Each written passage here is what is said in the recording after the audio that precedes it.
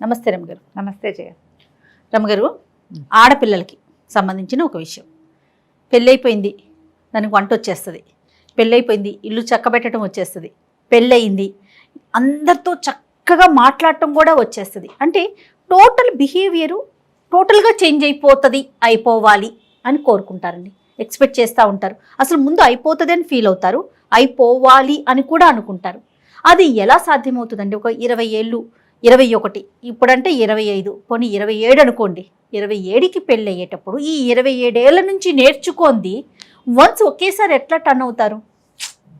అయిపోవాలని కోరుకుంటారు. కోడళ్ళు ఒద్దిగ్గా ఉండాలి, అత్తగారి చెప్పు చేతల్లో ఉండాలి, బాగా పని.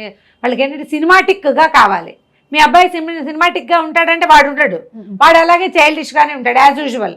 నీకు పెళ్ళైంది తెలీదా అంటారు. పెళ్ళైన పిల్లకి బుద్ధి ఉండద్దు, పెళ్ళైన పిల్లకి తెలియద్దు. పెళ్ళైన పిల్లకి పెళ్ళి అవటమేంటి?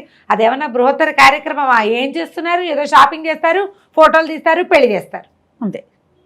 పెళ్లికి ప్రిపరేషన్ ఏం చేస్తాం మనం? రోజు ఒళ్ళు నలుగు పెట్టుకొని చెప్తుంటాను నేను. ఫోటోల్లో బాగుంటారమ్మా, రోజు ఒళ్ళు నలుగు పెట్టుకోండి రెగ్యులర్గా, తరచుగా ఫేషియల్స్ చేయించుకోండి. జుట్టు బాగా పలచగా ఉంది, తలకి ఏదైనా వారం ట్రీట్మెంట్ చేయించుకుంటే పెళ్లి నాటికి జుట్టు పెరుగుతుంది. పెళ్ళి అయ్యాక ఫోటోల్లోనూ వాటిల్లోనూ. అంతకంటే ఏమైనా ఉంది? అదే కదా. ఇవాళ రేపు ఏమీ లేదు. ఇదివరకు ఏం చేసేవాళ్ళమ్మా? అనకూడదు ఇదివరకు అనగానే చాలా మందికి ఇప్పుడు కోపం వస్తుంది. మీరేంటండి అన్ని పాత విషయాలు చెప్తారు, లేటెస్ట్ సంగతులు చెప్పండి. లేటెస్ట్ ఇవే చెప్పుకోవాలి మనం.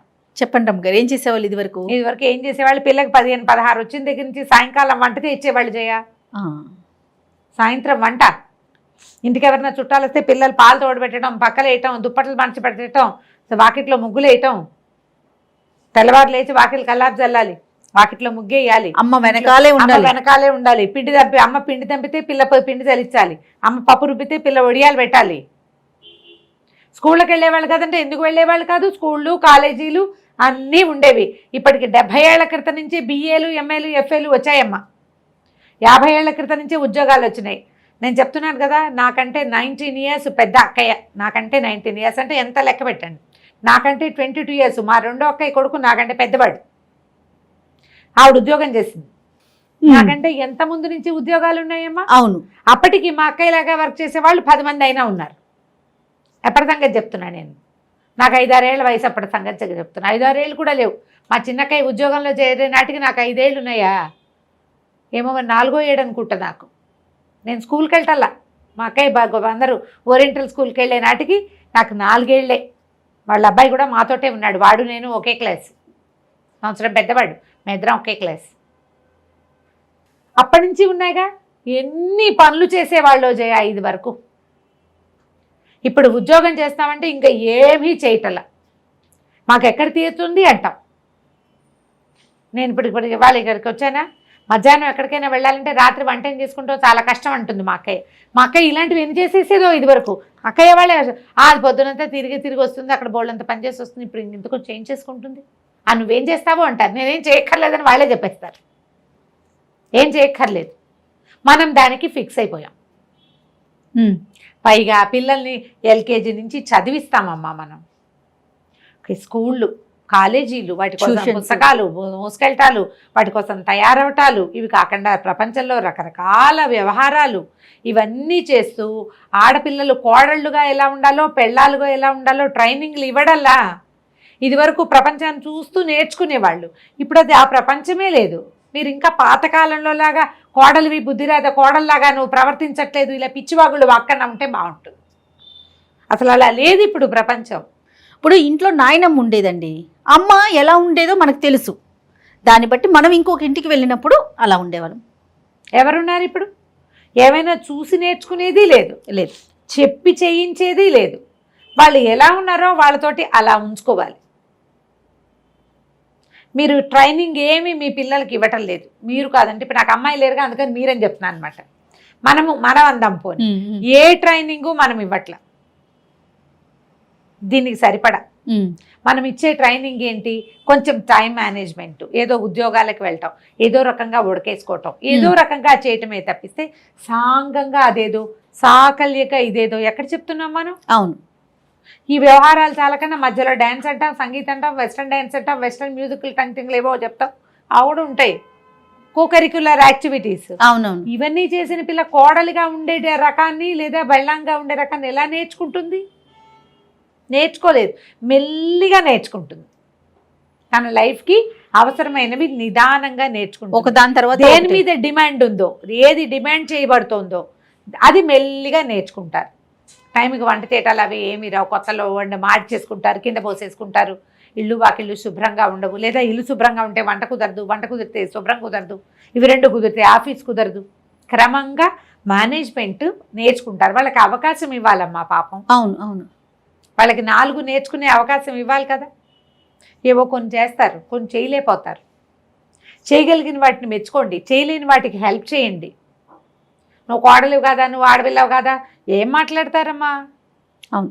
మనం మగపిల్లలతో పాటు ఆడపిల్లల్ని పరిగెత్తిస్తున్నాం కదా, అవునా కాదా? 100% రమ్మ మరి గారు. ఇంత పరిగెత్తిచ్చేటప్పుడు ఈ పరుగుతో పాటు నువ్వు డాన్స్ కూడా చేయాలంటే ఎక్కడ చేస్తారు కదా? ప్లస్ వచ్చేస్తే అనుకోవటం కూడా పొరపాటే కదండి.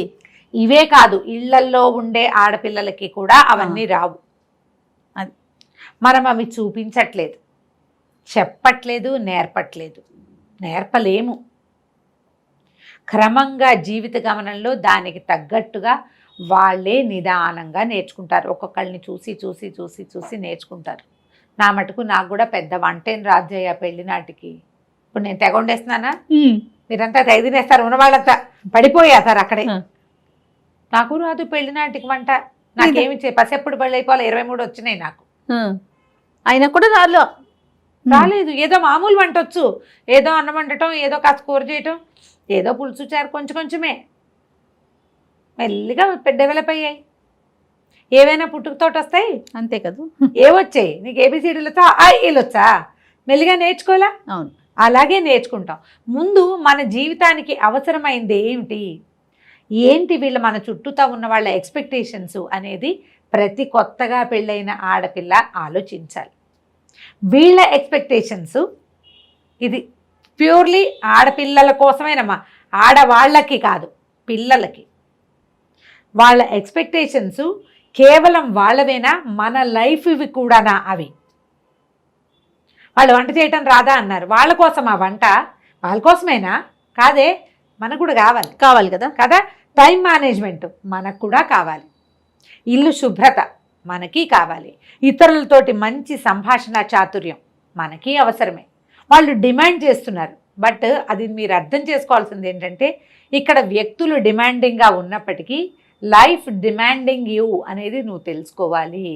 నీ జీవితమే నిన్ను డిమాండ్ చేస్తుంది, ఇది నువ్వు చెయ్యాలి. చేస్తేనే నువ్వు సక్సెస్ అవుతావు. నేను వంట చేయనండి అంటావు, ఎలా కుదురుతుంది? నువ్వు తినద్దు, నీ కడుపును పుట్టారు 4 పిల్లలు, ఒకళ్ళో ఇద్దరో రెండో మూడో నాలుగో, పెట్టద్దు. వాళ్ళని మార్చవు కదా, అత్తగారిని అయితే అనబెట్టగానే మార్చి అవతల బారేద్దాం పోనీ. మన పిల్లలకి తెల్లారులేస్తే అంత అన్నం కావాలి, సాయంత్రానికి ఇడ్లీ కావాలి, రాత్రికి ఏ ఉగ్గో కావాలి. నువ్వు నేర్చుకోవద్దా? మొగుడు వారికి పెట్టాలి కదా. మొగుడు వారు పెట్టం పీడపోయింది, ఆయనకి పెట్టవా? గొడవలేదు మన పిల్లలకి పోని వద్దు. అది కూడా మనం ఎన్ని రోజులు బయట తింటావు? ఎన్ని రోజులు ఎవరైనా నీకు పెడతారు? నువ్వు చేసుకోవాలి కదా. అవును కదా కదా. పోట్లాడతావు, రయ్యమని మాట్లాడతావు, విసుగ్గా మాట్లాడతావు, అది కుదురుతుంది? పోనీ ఇంట్లో పోట్లాడతాం, ఇంట్లో విసిరేస్తావు. ఆఫీస్లో, బయట ప్రపంచంలో నాకు ఆఫీస్ వద్దు, బయట ప్రపంచం వద్దు, ఇల్లు వద్దంటే ఇంకేముంది? నువ్వెందుకు ఇంకా ఏం చేస్తావు? అడవులకు వెళ్ళిపోవటం. అడవులకు వెళ్ళినా అక్కడ కూడా నువ్వు ప్రశాంతంగా ఉండాలి, నీ ఇష్టం వచ్చినట్టు ఉండడానికి వీల్లేదు. ఇష్టం వచ్చినట్టు ఉండడానికి వీల్లేదు.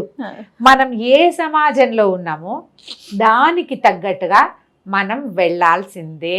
ఎంత పెద్ద గంగా ప్రవాహమైనా దారి సన్నగా ఉంటే స్పీడ్ పెంచుకుని దారికి సరిపడా వెళ్తుంది, అది కదా. అవును కదా. కాబట్టి అలా వెళ్ళండి, స్టాగ్నేట్ అయిపోవద్దు.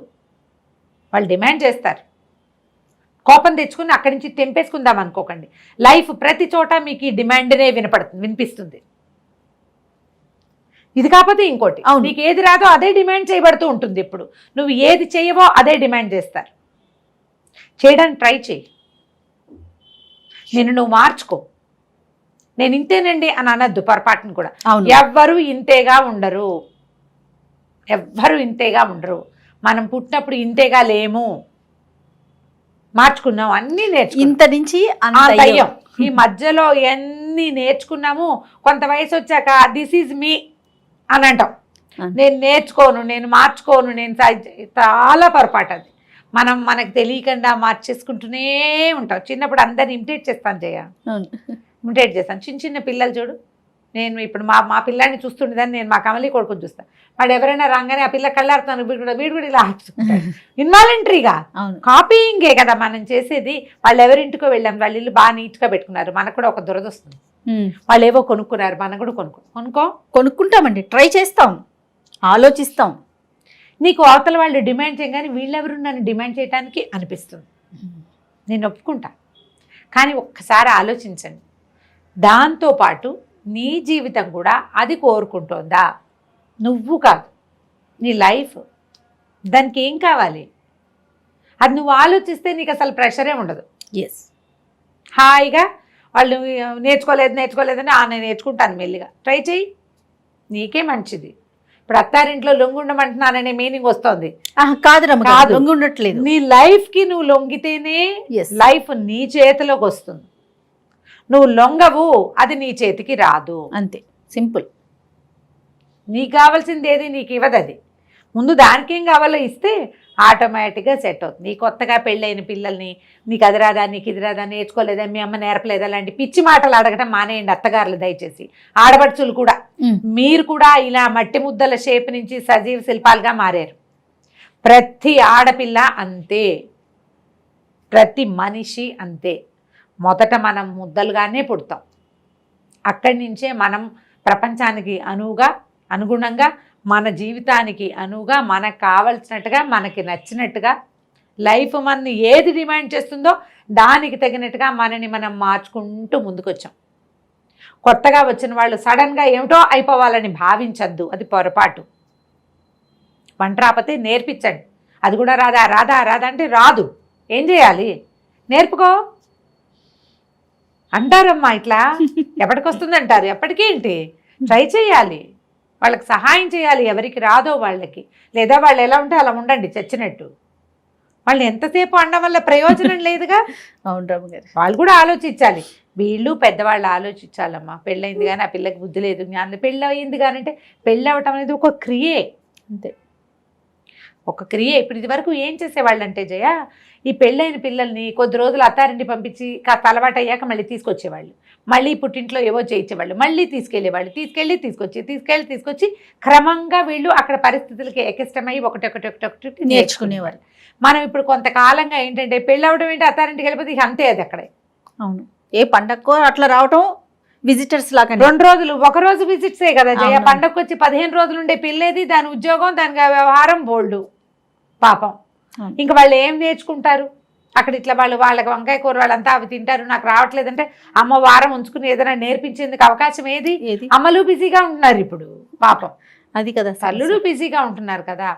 మంచి ప్రధానమైనది ఏంటంటే, ఈ పిల్ల కొత్తగా వచ్చింది, చిన్నపిల్ల, వీళ్ళు ఇప్పటిదాకా చదువుకుంది, ఇది ఏం నేర్చుకుంటుంది అని మనం కనుక అనుకున్నాం అనుకోండి, బాగుంటుంది, చక్కగా సెట్ అవుతుంది. మీకు కూడా కొడుకులు ఉన్నారు, వాళ్ళకి పెళ్ళయ్యాక మీకు బుద్ధి వస్తుంది, ఇలాంటివి మెసేజ్లు వచ్చాయి ఆ మధ్య అంతా. నా కొడుకులకి పెళ్ళైనా నేను ఇలాగే ఉంటా, పైగా నేను చాలా మంది లాగా ఏకో నారాయణో హరి కాదు, నా పైన పెద్ద డైనాసిటీ ఉంది, బోళ్ళంత మంది ఉన్నారు సమాజం. అందరికీ కోడళ్ళు వచ్చారు, మా అక్కయ్యలు అందరికీ కోడళ్ళు వచ్చారు. అవును కదా, నాకు తెలుసు కాబట్టి నేను చూస్తున్నాను కాబట్టి నాకు అర్థమవుతూనే ఉంది. బాగుంది, అంటే విషయాన్ని తీసుకోవట్లేదు, కామెంట్స్ రూపంలో.